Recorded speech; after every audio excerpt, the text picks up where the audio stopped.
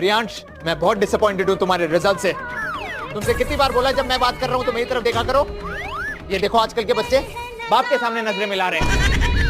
अरे अब बोल क्यों नहीं रहे? पहले तो बहुत जबान चलती थी तुम्हारी, अब क्या हो गया? आई एम सॉरी पापा। ये देखो आजकल के बच्चे बाप के सामने जबान लड़ा रहे हैं। तो क्या करूँ, मर जाऊँ? मुंडी ऊपर करूँ तो प्रॉब्लम, नीचे करूँ तो प्रॉब्लम, बोलूँ तो प्रॉब्लम, नहीं बोलूँ तो प्रॉब्लम। पागल बना के रख दिया आजकल के माँ बापों ने। चल बंटी साइकिल निकाल।